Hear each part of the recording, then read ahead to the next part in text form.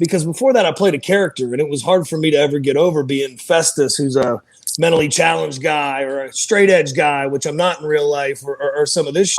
So when I got over there and we could just be us and do what we thought was cool, that was when I really went, oh, okay, this clicks and it makes a lot more sense now. And I needed that, because if I would have stayed in WWE the first time, I never would have went any higher than that, middle, lower middle, whatever the it was going to be. I was just a young dude doing what I was told. And not only that, I see this a lot, and I've had a lot of people talk to me about this. One of the things they can actually do is make you doubt yourself, and break your spirit. And I'm like, bro, don't listen to them. They've made a lot of motherfucking mistakes before, and they're making one with you right now, Yeah, totally, man. And that's what's cool about Impact now too, is like Scott and those guys, and I know you guys know all them, like they were like, we want you to come in and be you. Right. And the first night they go, all right, well, let's do this promo. We'll drop it at midnight for the pay-per-view tomorrow.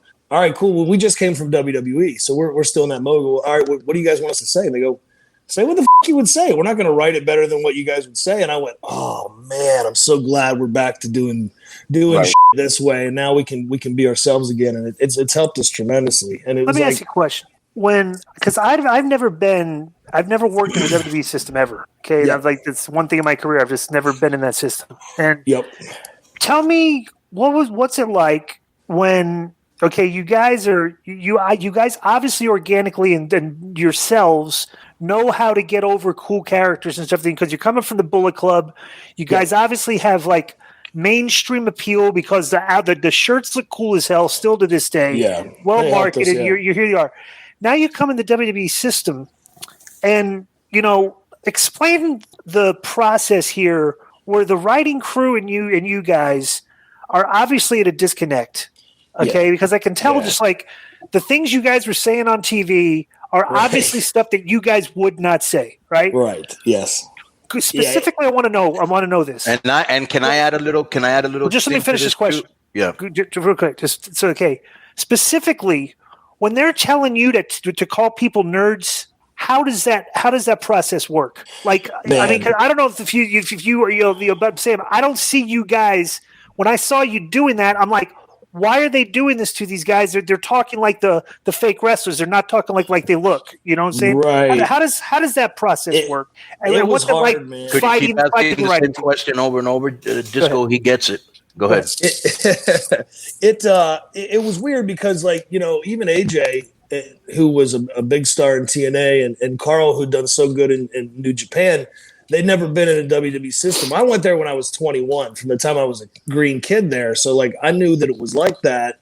And I was like, maybe it'll be a little different because we got this cool Bullet Club shit. But we sat in a hotel room in Japan after the Tokyo Dome, and we took a vote. Should we go to WWE or not? They voted yes. I voted no. I got outvoted. We went. It's worked out great for Speaking AJ. of voting.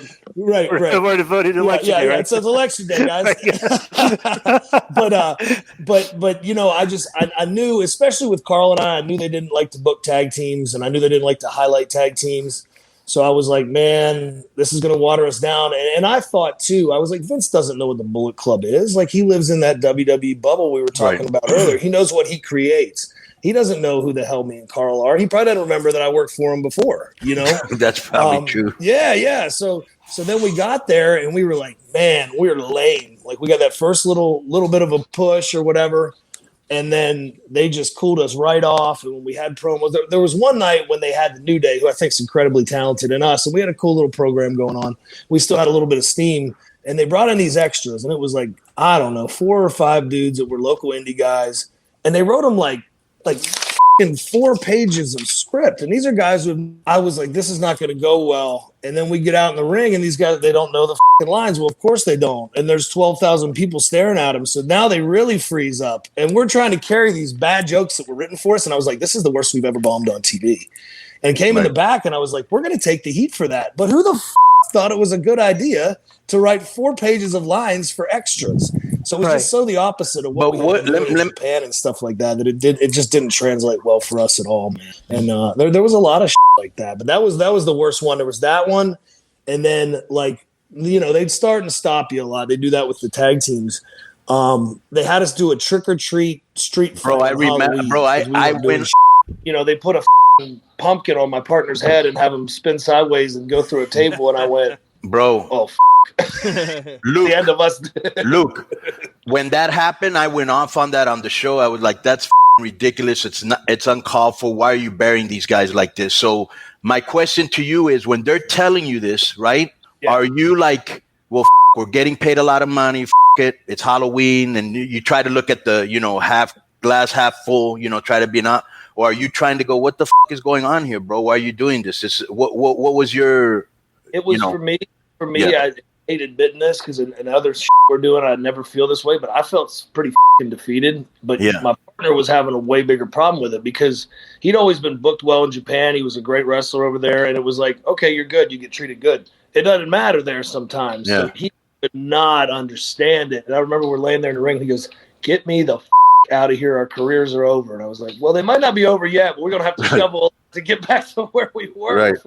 Yeah, there were some moments that really sucked, but then, that came on us again too, because our deals were up in September of 2019 and AEW had started and there was like a little bidding war going on because our buddies were over there. And then, we did it to ourselves again. That was when we made a mistake by signing back with WWE because the money got so big. Right. Great offer over there. But I'm like, we're looking at these downsides that I'd only heard of from like back in the day.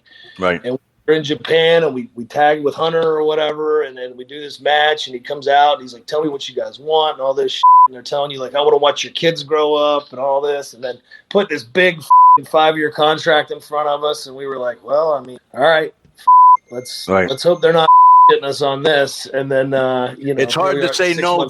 It's hard to say no to the most money you've ever made. You know what I'm saying?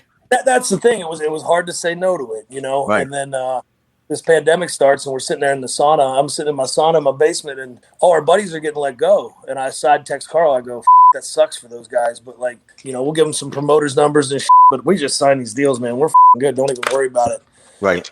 As soon as I hit send, my phone rings. It's Mark Corrado. I go, hey, what's up?